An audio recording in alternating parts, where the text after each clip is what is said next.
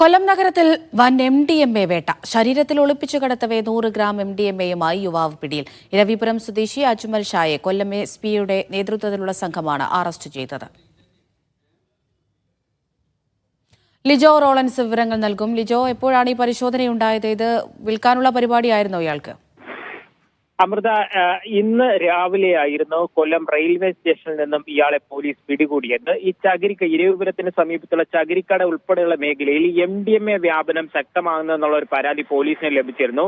Shadow ഉൾപ്പെടെ വിന്യസിച്ചുകൊണ്ട് പരിശോധനകൾ നടത്തിയിരുന്നു. ഇതിനിടയ്ക്കാണ് ഇത്തരത്തിൽ അജ്മൽ ഷായെ കുറിച്ച് ഒരു വിവരം ലഭിക്കുകയും ഇന്ന് അയാൾ ട്രെയിനിൽ വന്നിറങ്ങുന്ന സമയത്ത് കൊല്ലം ACP-യുടെ നേതൃത്വത്തിലുള്ള പോലീസ് സംഘം അവിടെ എത്തി ഇയാളെ കസ്റ്റഡിയിലെടുക്കുകയായിരുന്നു. തുടർന്ന് ഇയാളെ വൈദ്യ പരിശോധനയ്ക്കായി എത്തിച്ചു.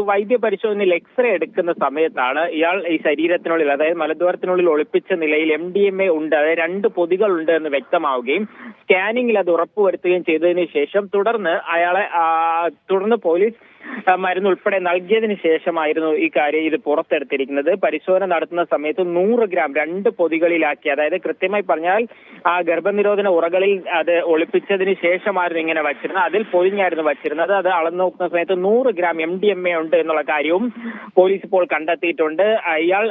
പോലീസിനോട് ഇയാൾ പരസ്പര വിരുദ്ധമായ കാര്യം, അതായത് പോലീസിനെ തെറ്റിദ്ധരിപ്പിക്കാനുള്ള രീതിയിലായിരുന്നു കാര്യങ്ങൾ പറഞ്ഞത്. പക്ഷേ പ്രാഥമികമായ ഒരു നിഗമനം എന്ന് പറയുന്നത് ബാംഗ്ലൂരിൽ നിന്നും ഇവിടെ വിൽപ്പനയ്ക്ക് വേണ്ടി എത്തിച്ചതായിരുന്നു ഈ അജ്മൽ ഷാ ഇതെത്തിച്ചതെന്നുള്ള കാര്യമാണ് കൊല്ലം ACP ഷെരീഫിനോട് സംസാരിക്കുമ്പോഴൊക്കെ മനസ്സിലാക്കാൻ കഴിയുന്നത്. എന്തായാലും കേസ് രജിസ്റ്റർ ചെയ്ത് പോലീസ് തുടർ നടപടികളുമായി പോകുന്നു.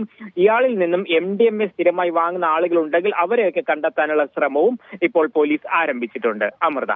ശരി, ലിജോ റോളൻസ് ആണ് വിവരങ്ങൾ നൽകിയത്.